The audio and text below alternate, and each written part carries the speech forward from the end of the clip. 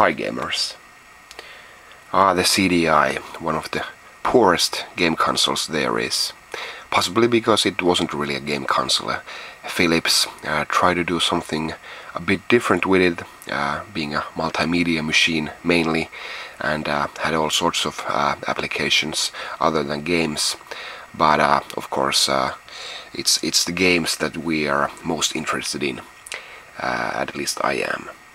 Now there were some quote-unquote normal games like Flashback or Lemmings or maybe even Myst can be categorized as a normal game on the CDI, but really many of the games had lots of full motion video and were really more like interactive movies basically. And that's something that the CDI was well suited for, but that just doesn't translate to good gameplay, unfortunately. But there isn't a console, in my opinion, that basically isn't worth owning. There's always some really interesting games released for it, and I only have here 14 games, and I'm still missing a few, like those normal games I just mentioned, but basically not really going to be a huge collection for me, the CDI, but I do have some cool items here. Some of these were released on other consoles like the 3DO and even other consoles as well, like the PlayStation 1 and Sega Saturn, but yeah, let's take a look what we have here. First up, Burn Cycle. This, to me and many Finnish people at least, this is like the most well-known CDI game, because this was played in Finland in a TV game show via telephone. People would call in and try to get a high score in the few minutes that they had time to play. And they actually played this game using their telephone's keypad, numerical pad. You know, press 4 and you turn left, press 6 and you turn right. Incredibly cumbersome, but that's really just the way the game was.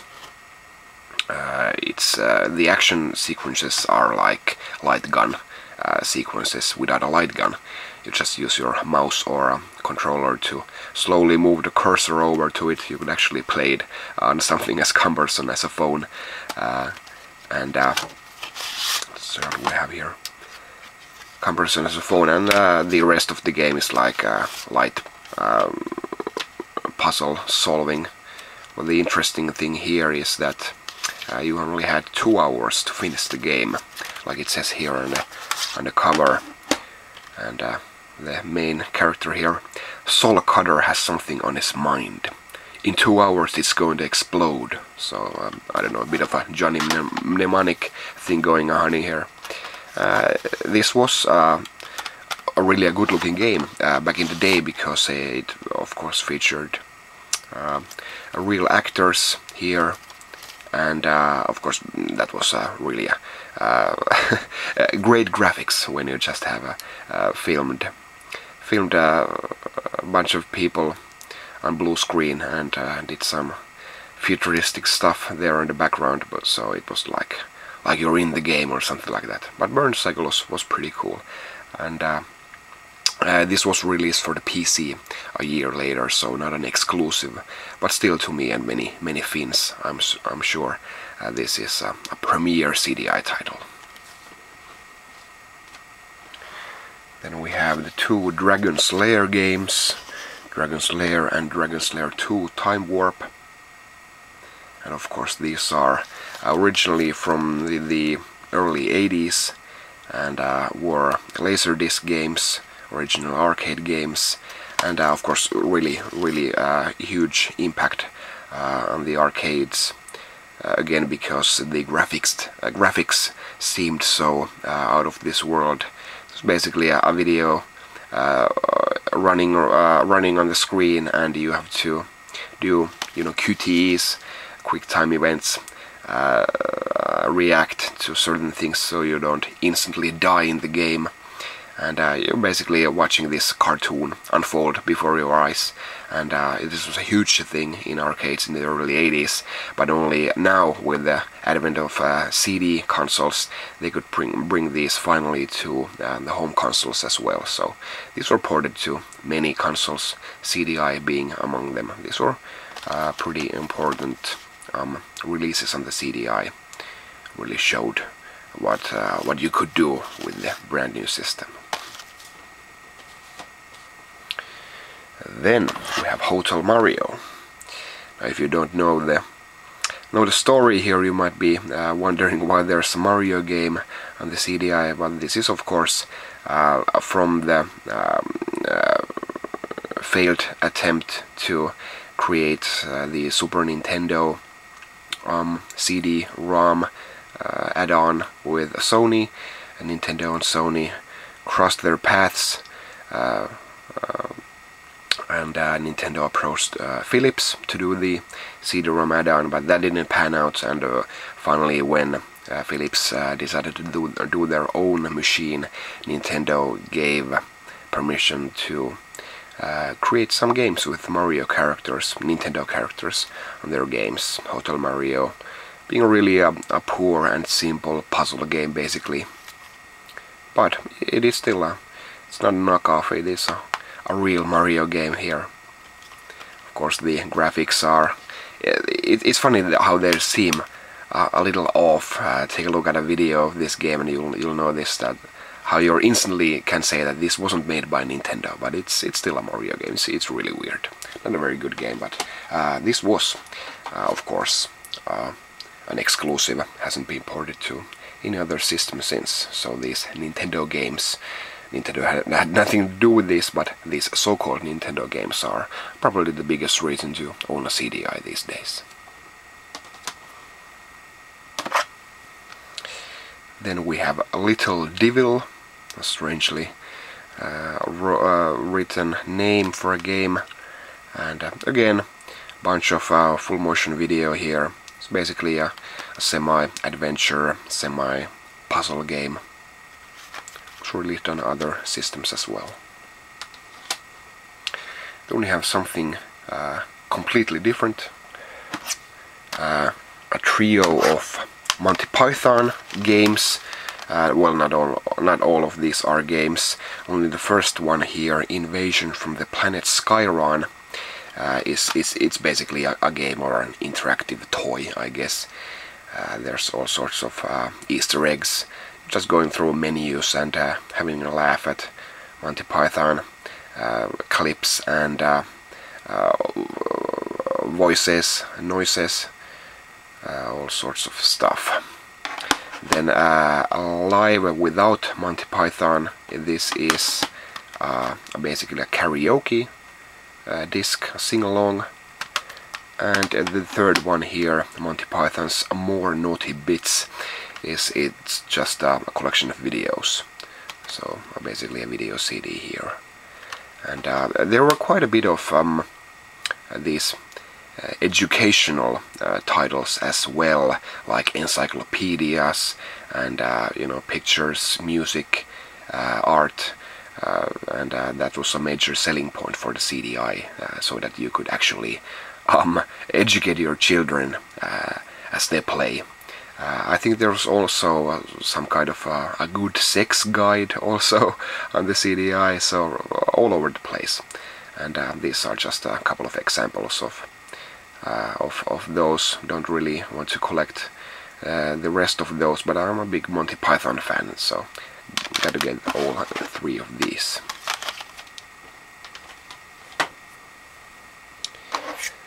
Then Seventh Guest, a classic horror adventure with again with real actors and a cheesy dialogue here.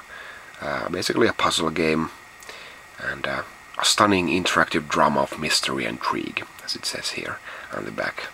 Like I said, a real real classic. There was also a sequel to this, The 11th Hour, but that one wasn't released on the CDI.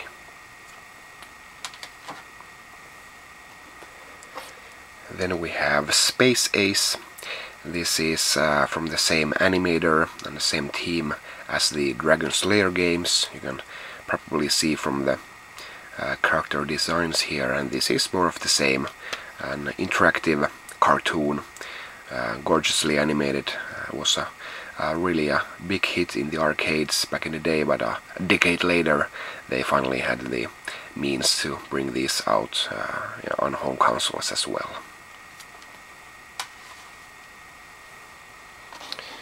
Getting closer to the end, then we have Voyeur.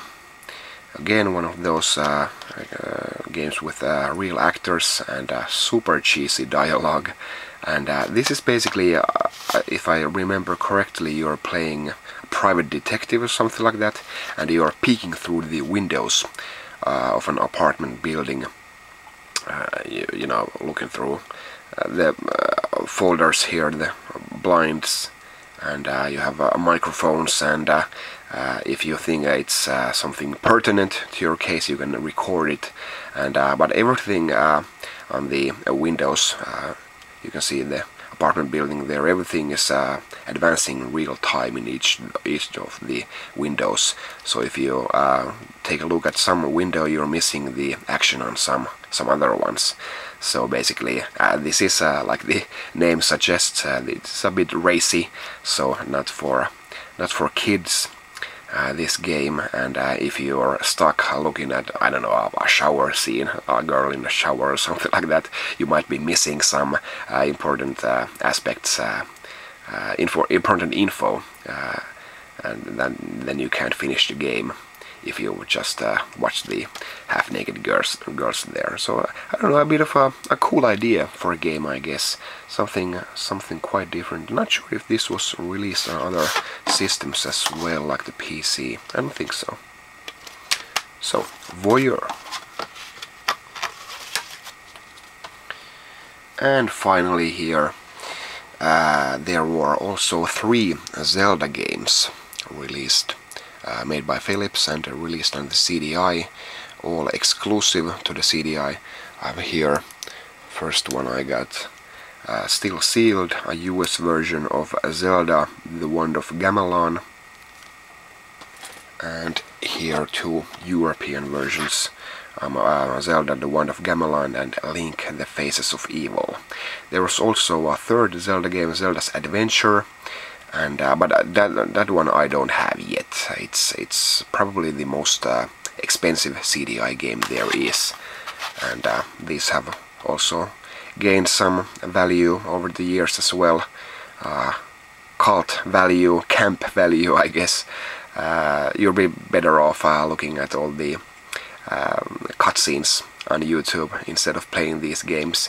But you know, these are actually, I don't know, these are a bit better than their reputation suggests, because these are real games. These, of course, these are horrible games, basically in the vein of Zelda 2, shot from the side view, and yeah, you got your sword, and you got your bombs and arrows and all sorts of Zelda items, and of course the voice acting is of course hilarious here again. The cutscenes are, that is the best part of the game, of course, laughing at the cutscenes. You really need to take a look at those videos if you haven't. But also there's the backgrounds, they're kind of okay for a CDI game. At least there's something different, not some pre-rendered backgrounds, but you know, hand-drawn backgrounds there. And horrible games, but still quite interesting. It's slightly better than you'd expect from these. The 3rd Zelda game is, I believe, universally held as the best of these 3. Not saying much, but still, and that one is a more traditional top-down Zelda. And yeah, you're actually playing as the Zelda in this game and the Zelda's Adventure, so that's also something going for these games as well. And yeah, that's it for my CDI collection. Not a big collection, a few more to go, but basically not going for a big collection here for this system. It does have some curiosities, but like every console I own. Thanks for watching. I'll see you next time.